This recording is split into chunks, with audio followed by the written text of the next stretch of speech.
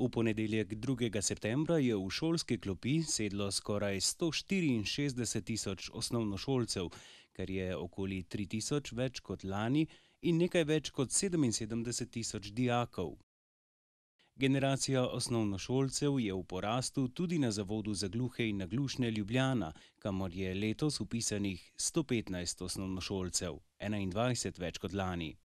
Predvsem so veseli 3 gluhih prvošolcev. Preverili smo, kako so učenci zavoda preživeli dolgih 9 tednov počitnic in kaj jih čaka v novem šolskem letu.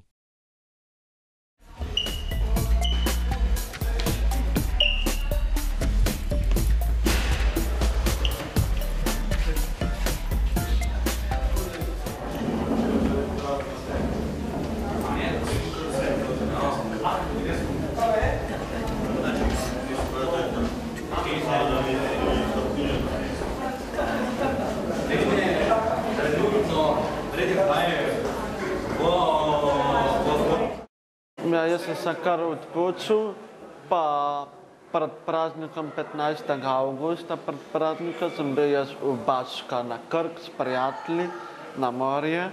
Malo sem jaz že naveličal počitnice, so bile že malo dolga.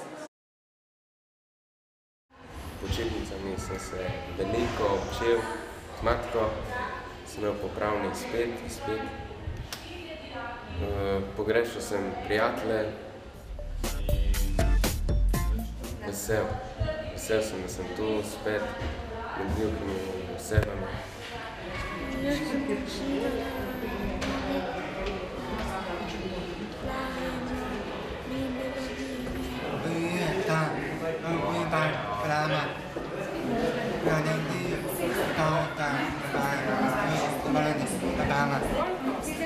V letošnjem letu 2013-14 je v vrtec vpisanih 30 otrok, 5 skupin imamo otrok gluhih in naglušnih.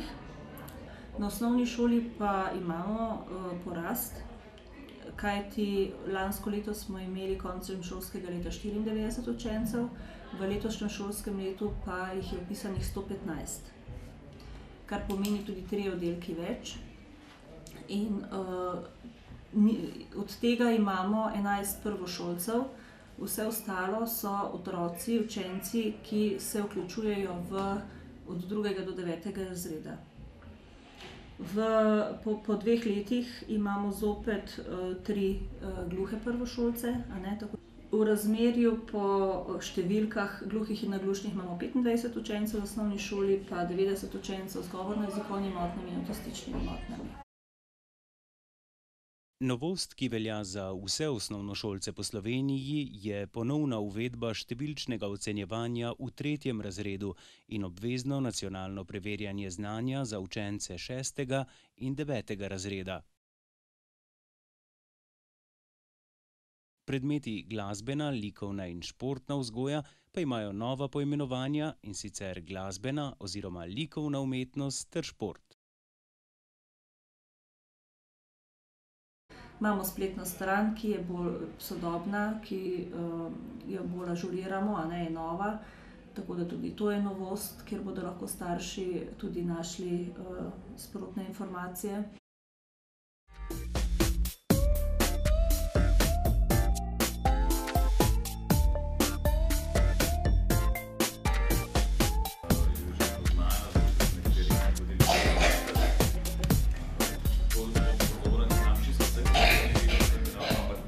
Verjetno največja novost tega šolskega leta. Bistveno večje število otrok v osnovni šoli, pa približno enako v vrtcu, srednji šoli in pa dijaškem domu. Ampak z večjim številom otrok se seveda poveča tudi število oddelkov, z večjim številom oddelkov se normativno poveča tudi število zaposlenih. Tej spremembi smo se prilagodili tudi z novimi učilnicami, niso še čisto gotove, ampak v zelo kratkem času bomo prišli do 6 prostorov. S 1. septembrom je začel veljati dolgo pričakovani zakon o usmerjanju otrok s posebnimi potrebami, ki sicer opredeljuje rabo slovenskega znakovnega jezika. Žal pa v tem šolskem letu še ne prinaša sistemskih rešitev za dvojezično poučevanje gluhih.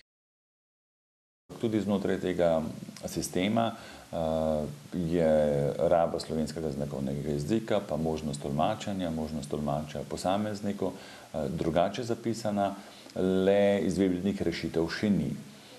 Verjamem, da bojo v najkrajšem možnem času in da bomo tudi z uveljavitvijo tega zakona na zavodu marsikaj pridobili. Slovenski znakovni jezik je pravica gluhih, je njihov materin jezik, vendar v našem sistemu kot tak ni v predmetniku, na srednji šoli imajo lahko predmet slovenski znakovni jezik, medtem ko na osnovni šoli tega nimamo.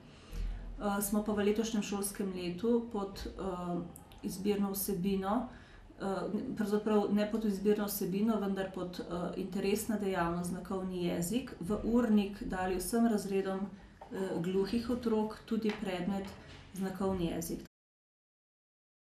Predmet slovenski znakovni jezik na osnovni in srednji šoli poučujejo gluhi učitelji. Predavanja slišečih učiteljev, konference in razna srečanja pa prevajajo 3 strokovne delavke, verificirane tolmačke.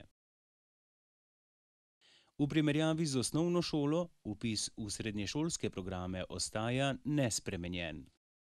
Letošnje šolsko leto 2013-2014 začenjamo s 60 dijaki, kar je približno enako kot lansko leto. Tudi programi ostajajo enaki v smereh, kot smo navajeni, grafičarstvo, lesarstvo, strojništvo, tekstilstvo in pa računalništvo.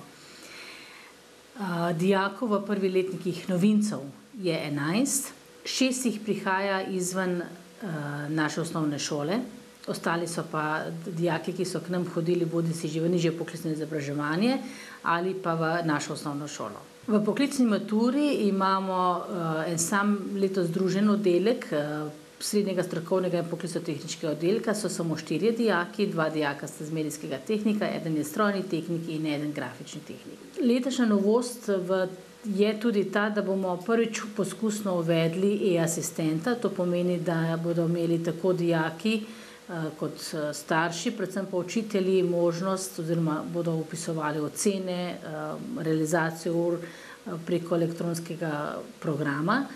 To se pravi, e-redovalnica, e-dnevnik se vodi preko računalnika, dostopnost je pa staršev potem tudi od doma, tako da bo spremljanje, upam, še bolj sprotno. Kriteriji za pridobitev subvencionirane malice in kosila ostajajo nespremenjeni. Vloge za subvencijo sprejemajo centri za socialno delo. Starši z nizkimi dohodki, ki kljub temu do subvencionirane prehrane niso upravičeni, lahko preko šolske svetovalne službe zaprosijo za pomoč Zveze prijateljev mladine, ki z donacijskim projektom Siti besed krije stroške šolskih obrokov. Mnoge bremenijo tudi stroški prevoza in šolskih potrebščin. Pri nas vsi učenci lahko izposodijo vse učbenike, medtem ko delovne zvezke v večini primerov kupujejo starši sami. V primeru, da imajo starši tako socialno stisko, se obrnejo na našo svetovalno službo, kjer se potem dogovarjajo za subvencije oziroma za pomoč pri nakupu delovnih zvezkov in drugih šolskih potrebščin. Nekaj sredstev dobimo tudi iz romskega sklada za otroke, ki so Romi.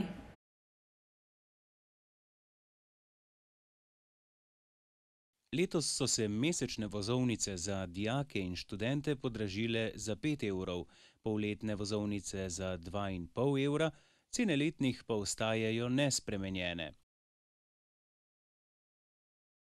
Mestna občina Ljubljana sicer vsem učencem zavoda omogoča brezplačno uporabo mestnega potniškega prometa.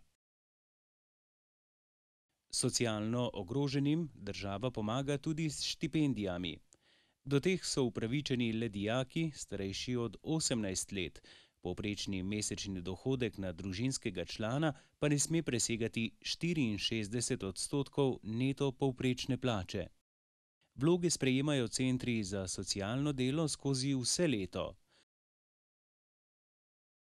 Rok za oddajo vlog za Zoisovo štipendijo pa je 9. september. Več informacij o vseh štipendijah najdete na spletni strani www.skladi-kadri.si. Medtem ko se bodo z bremenom stroškov izobraževanja po večini ukvarjali starši, pa je odgovornost šolarjev, da ponujene možnosti izobraževanja čim bolje izkoristijo. Se bom trudil se bom, da bom naredil lepo šolo.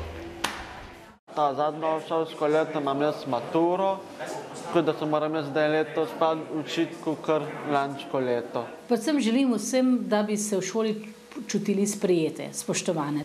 Se je pa potrebno učiti, je potrebno veliko prebrati in na srednji šoli ni dovolj samo to, da poslušaš, ampak je dejansko potrebno si vzeti čas tudi za domače naloge, za projektne naloge, karkoli pač učitelj zahteva od dijaka.